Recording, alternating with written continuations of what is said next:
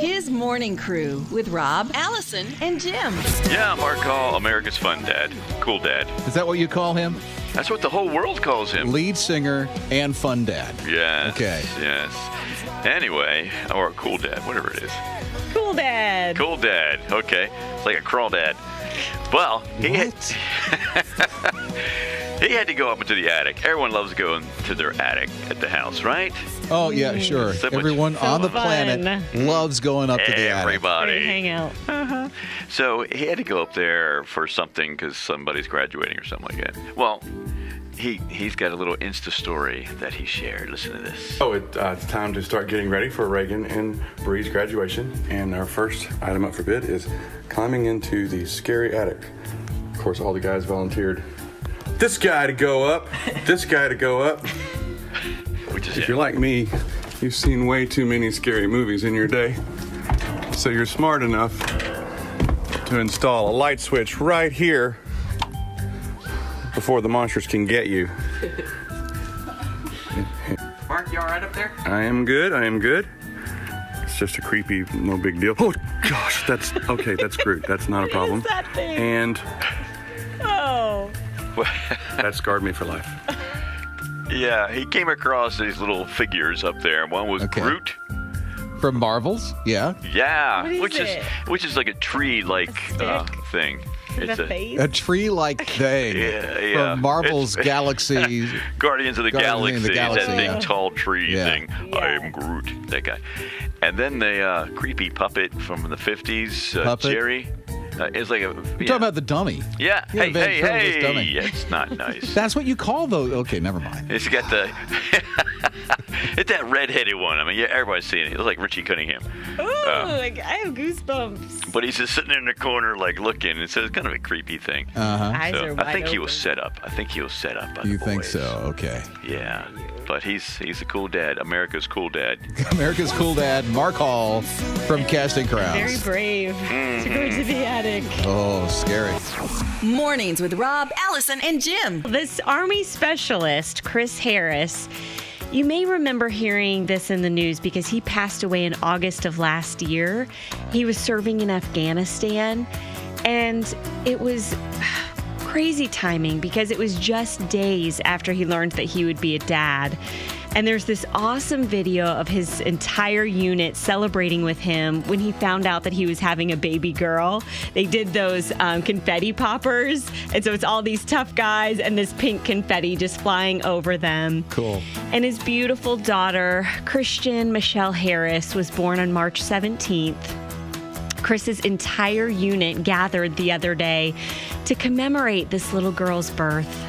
Just knowing that we could come home to a baby girl it was awesome. And when everybody came home, that was the day she was born, so that just made it 10 times better. Losing her dad is obviously so tragic, but having the support of his entire unit as she goes through life will really be priceless for this little girl. That's one thing. My son was in the Army, and those brothers are so together for life. They even get together once a year. So to see these men gather together to make sure that that baby girl is going to be okay for the rest of her life is just so cool. Yeah, the baby is beautiful.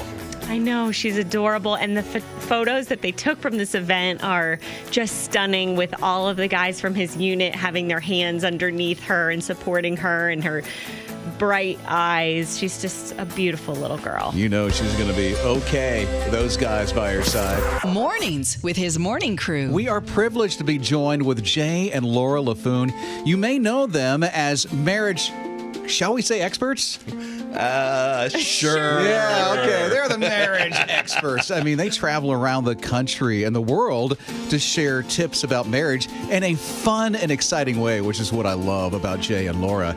And one thing I noticed about Jay, just by following him on Instagram, is that he's really followed in his dad's footsteps. And I'm so sorry to hear what happened to Dad just a few months ago. That was a shock, but, he was healthy, happy, and then the next thing we knew, he was in the arms of Jesus. So we're pretty pleased with that. You know, we're certainly mourning and grieving and not happy he's gone, but we're happy he's with the Lord, that's for sure. What are the traits that you would say that are in you from your dad?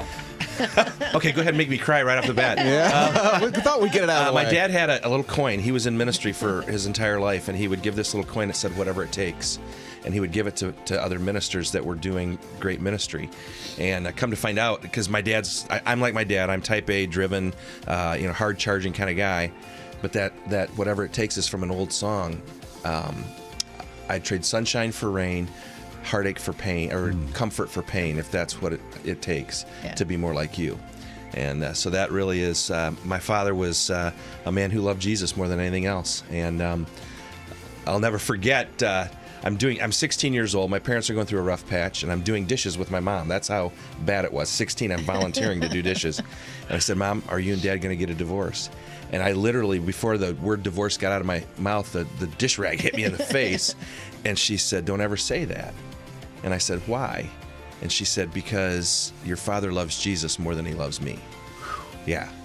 That really was all I needed to know. I never questioned their marriage again, never questioned their faith again. It was a turning point for me. Yeah.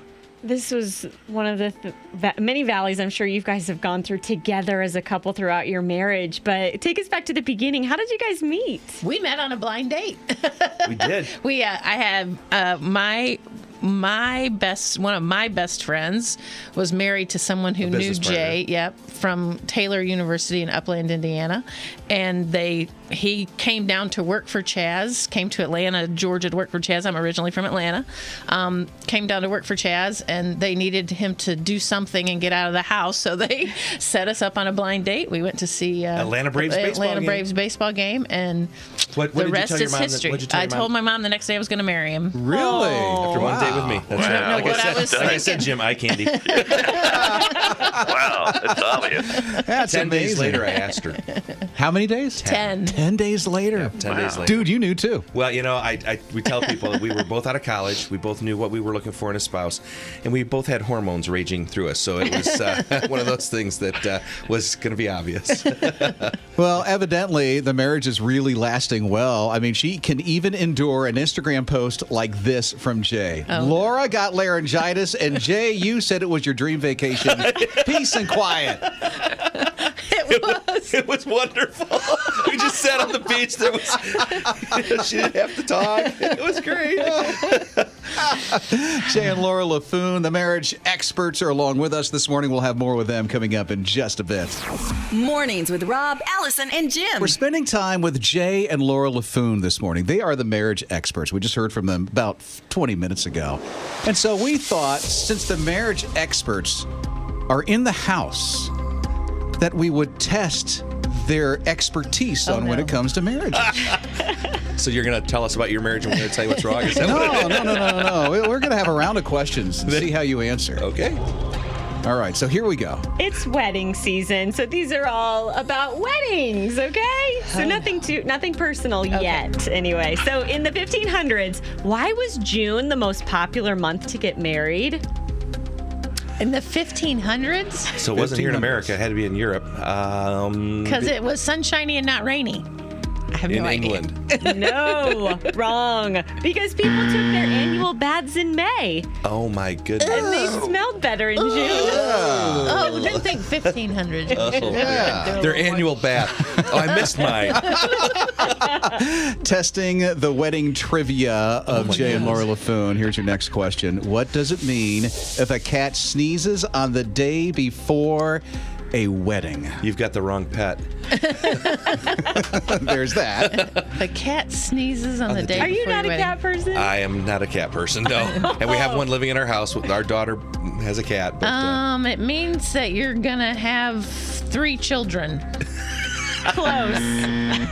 the bride will be lucky in her marriage. Yeah, so the bride will be lucky in her marriage. There you go. Okay, next question for Jay and Laura Laffoon. What do people throw instead of rice at Czech newlyweds?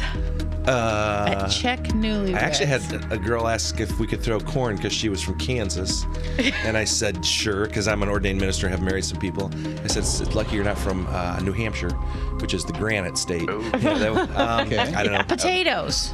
There you Potatoes. You're going to stick peas. with potatoes? Peas. Okay, there you go. We peas. are really bad at these marriage questions. They saw the answer there. That's why they said peas. Okay, last question. Thank goodness. What does Greek culture say brides should tuck in their gloves? Oh, a tissue or a hanky. Something blue. What would you say? I said a tissue or a hanky. Yeah. Is it something blue or tissue? No, and that's hanky? her. Something blue. Well, I think we have to come to an agreement. Yeah, please. a blue hanky. A blue hanky. A blue hanky. Sugar cubes. To sweeten their unions. Isn't that nice? Yeah. Do you know that it was Queen Victoria who wore the first white dress to the wedding? Prior to that, they wore black dresses because those were considered more elegant. But Wow, so you do know some stuff. I Only knew because this. he watched the royal wedding. I was forced to watch the royal wedding. Let's be clear. I thought he turned in his man card for a minute. Jay and Laura Laffoon spending time with us this morning on his radio. More than just pretty voices. They call themselves edutainers when it comes to marriage and advice. It's Jay and Laura Laffoon that's spending time with us this morning. So grateful for you guys making the trip from Michigan. Yes. Lansing, Michigan is home for you. Close to Lansing, yes. We love Michigan. It's got 4 distinct seasons, and we're rolling into our favorite season, which is summer. summertime. Which is nice and cool during the summer. perfect, My yeah. wife's from there, so I understand Michigan pretty well. So we have a few people that have asked questions, needing some advice when it comes to their marriage. Yeah, the first one is from Sarah. She says, I'm getting married this summer, and I need to know how to make sure my marriage lasts. Well, I would say learn how to forgive. Learn how to forgive because, as Billy Graham's wife said, great marriages are made of 2 great forgivers. And for those of us that know Christ, we understand what forgiveness means, and that's what that doesn't sound like a real good, romantic tidbit, but that's really. Well, and I'm not going to give a romantic tidbit either. I'm going to give a very practical tool. One of the things that we encourage all couples to do, and get it in your schedule right now, even before you get married, is to spend 15 minutes of uninterrupted conversation a day. Just no devices, no TV. devices, no kids, just sit and talk about your day, and just, not like deep, dark secrets, but, chit chat. Just, hey, how was your day? How Connect. did it, and establishing that early on in your marriage will make that a great habit for later on when those hard times come, because they will come. Which I'm sure that advice sounds kind of weird to somebody who's been single, because you're like, 15 minutes, that's nothing. But the longer you're married and the busier you get and the kids that come and along. I want to talk to him because we're so connected. Well, wait till life hits, honey. It won't. I shared this with a friend of mine who'd been married about 10 years and had 2 kids. He said, 15 minutes. Can I just ask her one question and let her talk the whole time? And I said, yes. That's all it takes. Listening. As long as you're listening. That's right. It's Jay and Laura Laffoon with us this morning. Some sound marriage advice. Here is Julie, and here's what she writes. My husband spends hundreds of dollars a month on a fancy gym membership. I know it's good for his health, but it's so expensive. Should I tell him my feelings about it? I would say yes. I mean, you've got to do it in the right time, in the right way, with the right motivation. One of the things that we've learned is to always ask the question, what's fair? What's fair to our marriage? This might be good for you, or this might be good for me, but what's fair for our marriage? What makes sense for this money in our budget? I would make sure that he's fed and he's well rested before you tell him the feelings, because that's pretty key for us men. But I would say, does it fit into your budget? And if it does if it fits in your budget and it's not a hardship, then it's good for him. It's good for his health. Gym is a good place to go. We don't happen to go there, but Yeah, we do. We go to Alma kidding. College. Yeah, but ours isn't expensive. But so if it fits in the budget, I wouldn't really worry about. But if it's causing hardship on the budget, then I think you do have to sit down and talk about it. And like Jay said, make sure he's Or well are your fed feelings just, I'm jealous that I can't spend this money and on what are something you else? spending money on? That's the question I always have to ask, because he spends lots of money on golf clubs, and I'm like, well, I'm sure I spend money on Makeup, things that Apple are Watches, expensive yes. too. All right, last question. My wife is amazing, but she's not a good cook. And I'm a pretty picky eater. How do we make it through meal times without her feelings getting hurt or my stomach turning? Hungry for advice, Mark. Notice one's Jay easy. laughs This right one's off the easy. bat. Okay, dude, cook yourself. Okay, cook yourself or cook together. This is one of the things we love to do now that we're empty nesters. We cook together, and it's like we're dancing in the kitchen. It's wonderful connecting time. And I wasn't a good cook. I grew up in a home with a father who was ill, and so my mom worked full time. So I made most dinners in my teenage years, but it was always the same thing. We had this on Monday night, this on Tuesday night.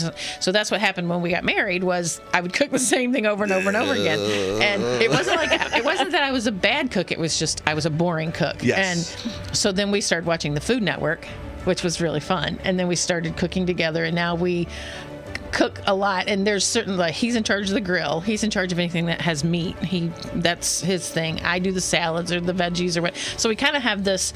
So maybe the answer to the question is maybe you start by saying, hey, how about we cook this tonight together, and you do your research beforehand so you got the right recipe and all that kind of stuff. That one seemed pretty simple to me. I mean, dude, if you don't like her cooking, start helping her cook, you know. Cooking channel. So Rachel Ray or Paula Deen? Well, I'd love to say Paula Deen because she's Southern and she uses a lot of butter, but probably shouldn't eat her. I would say Barefoot Contessa. Yeah, we do Barefoot Contessa, and we like Guy Fieri, Triple D, Diners, Dragons, and Dives, and Guys Grocery Games. Jay and Laura Laffoon spending some time with us. They're going to be coming here in the fall, by the way, so we'll keep you up to date on that. It's His Morning Crew right here on His Radio. Okay, that's it. Mornings with His Morning Crew. Our marriage edutainers that are in the house, it is Jay and Laura Laffoon. Don't know if you caught it like 20 minutes ago, but they were giving some really sound advice to a lot of people who have written in. We're getting some text this morning on that as well. Brooke texted, she says, what do you do when your husband chooses to leave your marriage because he has lost hope for the marriage and believes it's better for you to not be married and chooses to live selfishly, especially when God has given you a new vision and hope for your marriage? Oh, man. That one's really hard because it sounds like he's already left. That makes it very difficult. It's not without hope, but this is one of those times where I don't want to say the only answer, but the best answer is to just get on your knees and pray because he's left already. Men can be reasoned with, yes. I would say, much more, sorry ladies, than we can be. But yeah. At this point, that's all you can do because you can't change him. I mean, this is one of the things you have to learn in marriage is that I can't change my spouse. My spouse can't change me. But prayer can change anything. And I don't want that to sound trivial. I don't want that to sound trite. There are times in life when that's all we can do. And I think most of us have been there with whether it's a family situation, a job situation. And Brooke, I feel for you. We have seen we have seen marriages where they're separated or divorced and they've reconciled. So it's not without the realm of possibility. But and I would say keep communication lines open. Don't badger him, don't hound him, but be there and say, hey, can we talk? Can we have a cup of coffee? And see if you can reestablish that connection. Yeah, Jay and Laura, they do these ultimate date nights. It's like laughter and all this other stuff because you're marriage edutainers. And you were just saying moments ago to us that you saw a marriage actually come back together. Yes, we did. We had a marriage in Michigan. We had a young lady or a woman they were in divorce. And she came to the date night because she was there as a sponsor, and she listened to our show. She said she cried through the whole show. And then laughter cry, because we make that happen a lot, too.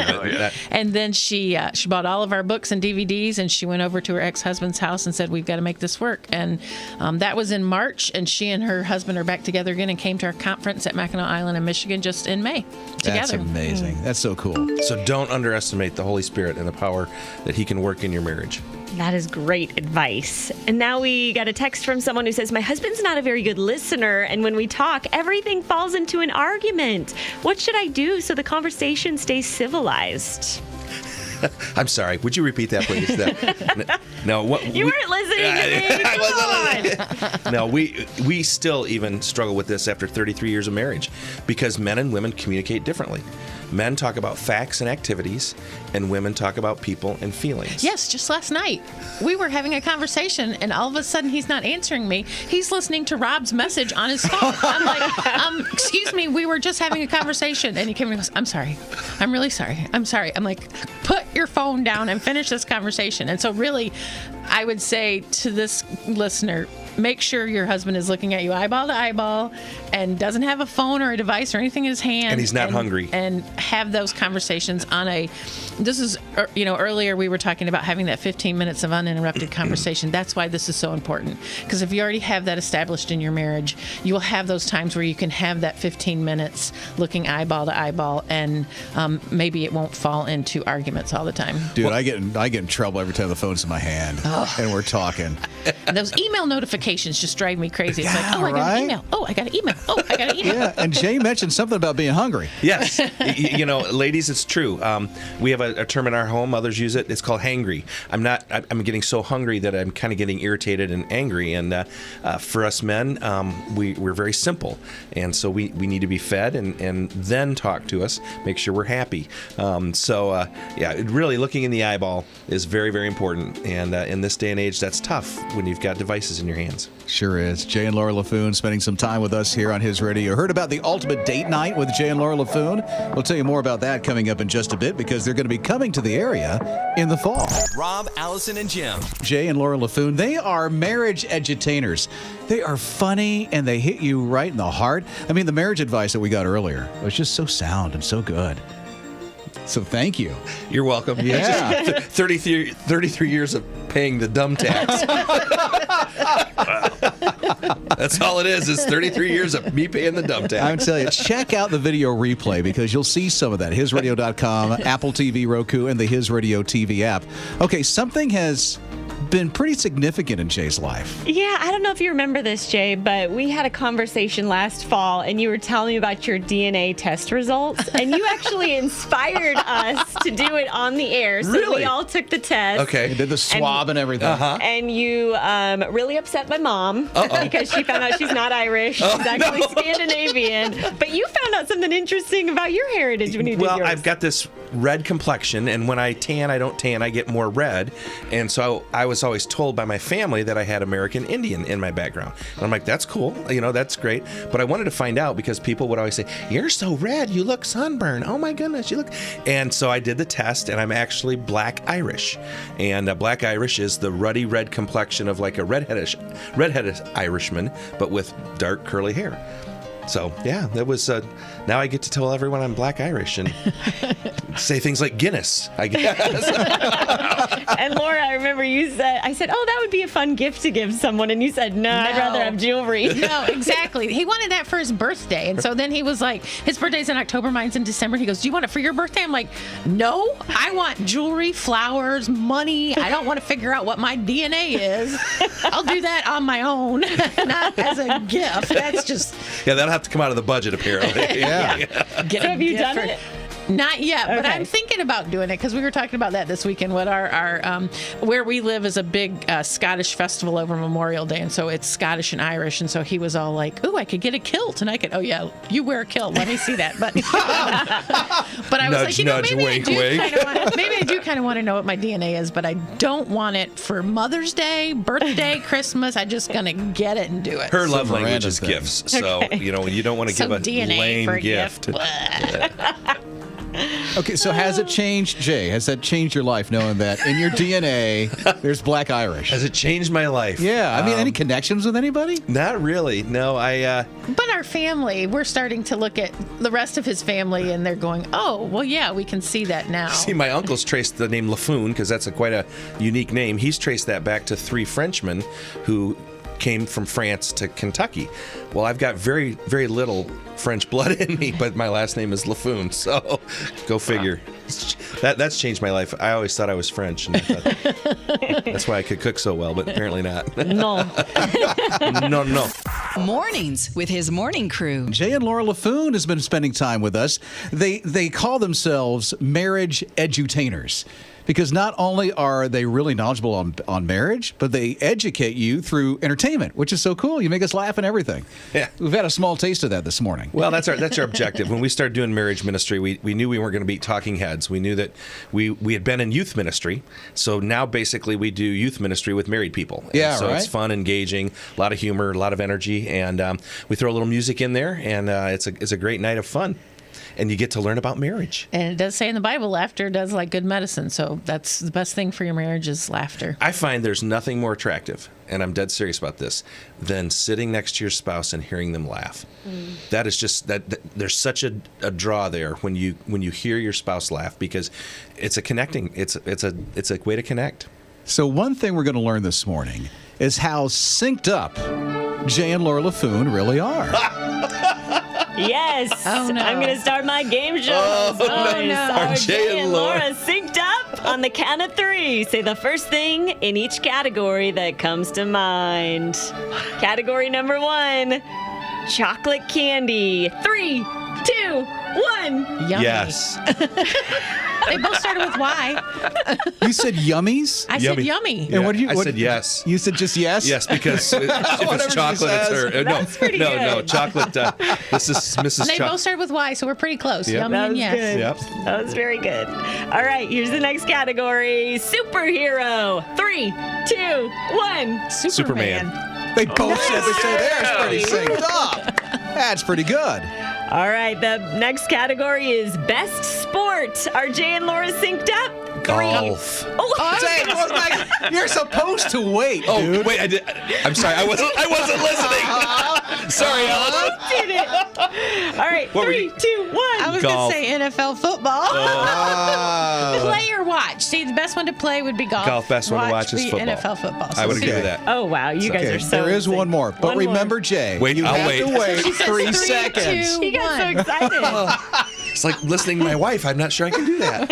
Okay, sorry. All right, favorite date spot. 3, 2, 1. Golf course. No, look at that. Hey, we got that one. Amazing. Where did this love of golf come from?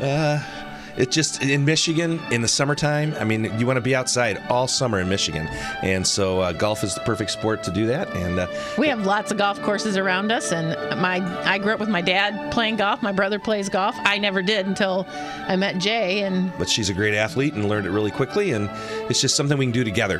That's not work. I mean, we live together, we sleep together, we eat together, we work together. Apparently, I signed up for that. But golf is something that we can do together that is not involving work. That is so great. Yeah, we love it. Jay and Laura Laffoon, thanks for the time. our pleasure. pleasure. Yeah, Look, they we even even say synced up that in sync, don't they? That's pretty cool. Hey, be watching our His Radio app for the announcement of when Jay and Laura Laffoon are coming this fall. It's going to be so good with the ultimate date night with Jay and Laura Laffoon. Mornings with his morning crew. We're going to be studying the Psalms all week long. I want to read Psalm 10:14 for you. You, God, see the trouble of the afflicted. You consider their grief and take it in hand. The victims commit themselves to you, and you are the helper of the fatherless. Doesn't it seem as though the bad guys often have an easy life and get away with lawlessness, while the good guys often struggle just to survive and get through life? Well, David understood that frustration as well. Although he was anointed king as a teenager, he spent much of his 20s running and hiding from the ungodly and wicked King Saul. On many occasions, David could have ended his own misery by killing Saul, but he chose to do the right thing and spared his life.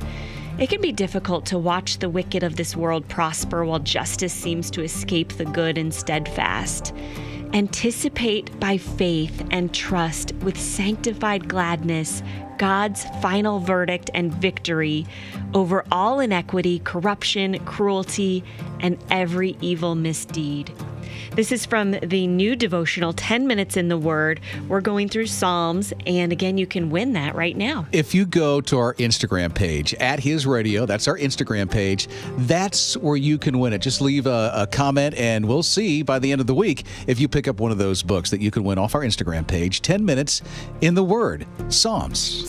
His morning crew. Jim has the opportunity to share yet another cat story with you.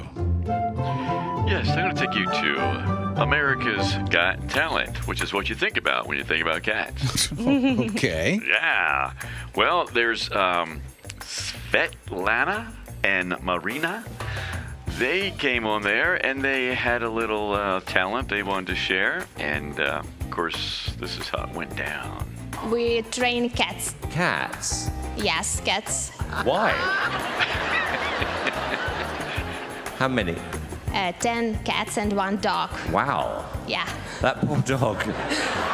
Poor dog, is that what he said? Yes.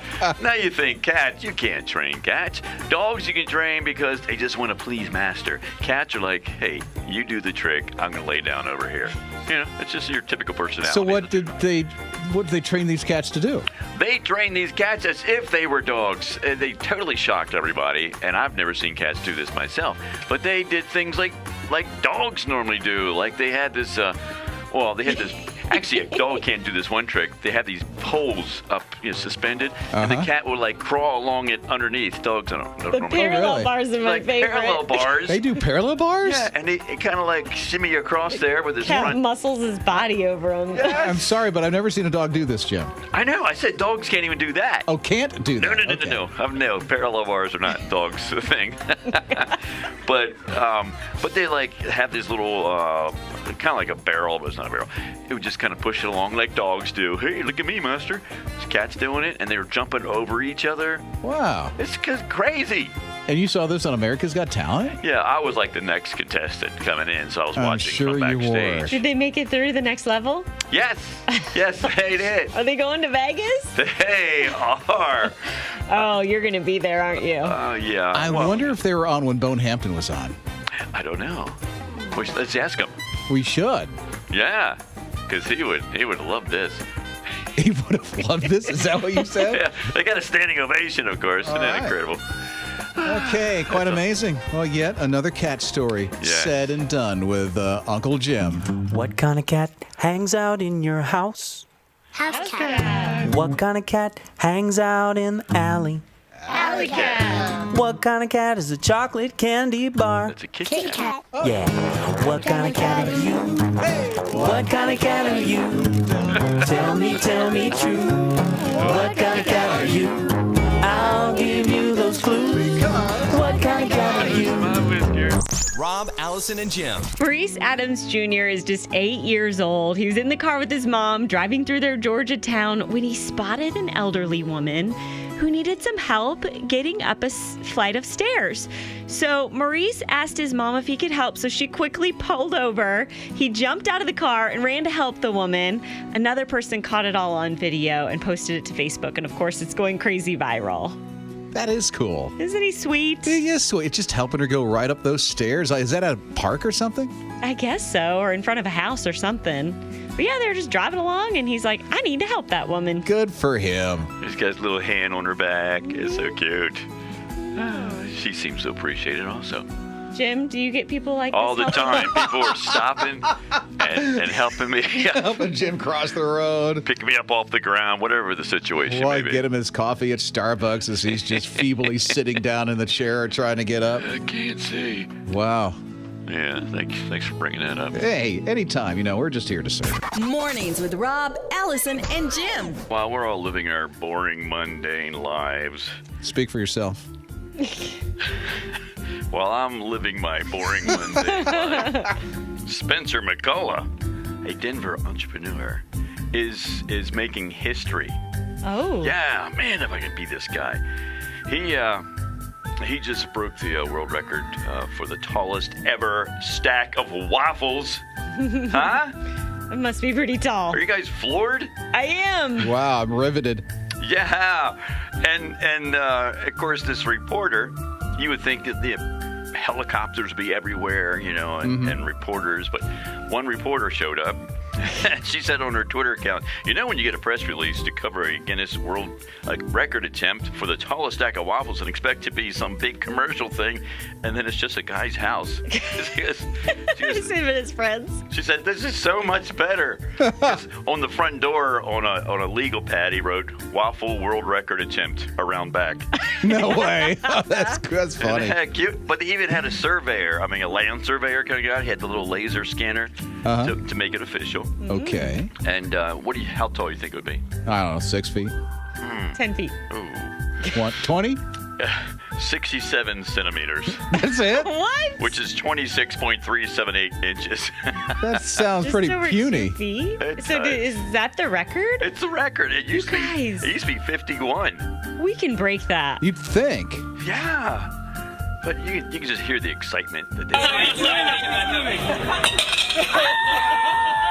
What was that? the guy was holding a plate with a waffle in it, and then he saw the stack falling, so he dropped the plate and tried to go hold it up save there. the stack? Yeah, plate was demolished. So that mean it wasn't broken? Or he did break it? Well, he broke the plate, but he also broke the record. And the record, okay. Yes. Isn't that exciting? Wow. Woo! I can't wait to try to attempt it. His morning crew attempt at a world record And of waffles. They had to eat the waffles, too. It can't be just waffles. Oh, you well, throw we've out. got you, Jim. Yeah. We had a crowd. They had a crowd. I'm sure. Rob, Allison, and Jim. When Sherry Ross was just 16, she woke up one morning with swollen ankles and puffy eyes. So she went to the doctor and she received some devastating news. She had a rare disease that was attacking her kidneys. Over the next 6 years, she went through so many medical struggles, including dialysis and 2 kidney transplants. And through it all, she stayed in school, trying to reach her goal of earning a degree, but sometimes battling those health issues and handling homework was just too much. Me being me, I decided to stay in school and try to push through it, but I ended up with like a 1.73 GPA, which was not enough to come back, so I was academically dismissed. I said, no sir, no ma'am, we're not giving up today. A couple of years ago, we didn't think we're gonna get this far, but by the grace of God, we're here. Her mom was her biggest supporter, as you can hear. Sherry has now earned her law degree. She'll be taking the bar exam in July, and she's looking for jobs across the country, but we hope she'll stay in Durham. Yeah. It almost sounds like a Bob Goff to me. Very similar to his story in a way that he was able to persevere through law school like that. Awesome. Yeah, it reminds me of how I overcome every morning coming in here. It's got nothing to do with the bar exam, dude. Oh, yeah. That feels like it. Oh, really? You feel like you're in law? Yeah. More than just pretty voices. Kenny lives in Asheville, and he just completed a very long walk. I'm talking really long, from the Outer Banks of North Carolina all the way to Klingman's Dome in western North Carolina. It's the Mountain to the Sea Trail. It's about 1,100 miles long, 1,175 miles, as a matter of fact. I didn't even know this trail existed. I want to do it. So Kenny Capps is his name. And 2 years ago, he was told he has stage 2 multiple myeloma, which happens to be a bone cancer, and went through all the treatment of it. One of the things the doctors told him is that he has to stop running because he has lesions on his bones. You see, he runs ultra marathons, and he loves running those ultra marathons, and he didn't want to stop, and he's going through this whole battle of cancer right now. And so he decided to do that plus 1,100 mile walk, not just for himself, but for others. And he started what he calls the Throwing Bones Run. You only have so many opportunities to do things that are monumental in life. I hope that they'll be inspired to do something themselves. He was on at WLOS, ABC 13, saying those statements. And he's raising funds for cancer research and patient assistance. And so he's hopeful to inspire others and his kids as well, because he's a dad and a husband, and he wants to be around a very long time for his kids and their grandchildren one day. Yeah, I'd call this monumental, walking across the whole state of North Carolina. Isn't that impressive? Amazing? Yeah. And where is he at in the journey? I mean, He's done. He is done? Yeah. Okay. Wow. All the way to Klingman's Dome. Yeah, amazing. Impressive. Almost as impressive as I am. I was kidding. I just want to throw myself in there. Yeah, you usually do. Very It's my good at chance. that. It's my chance. It's his chance to try to overshadow Kenny in his walk. Oh, I could never do that.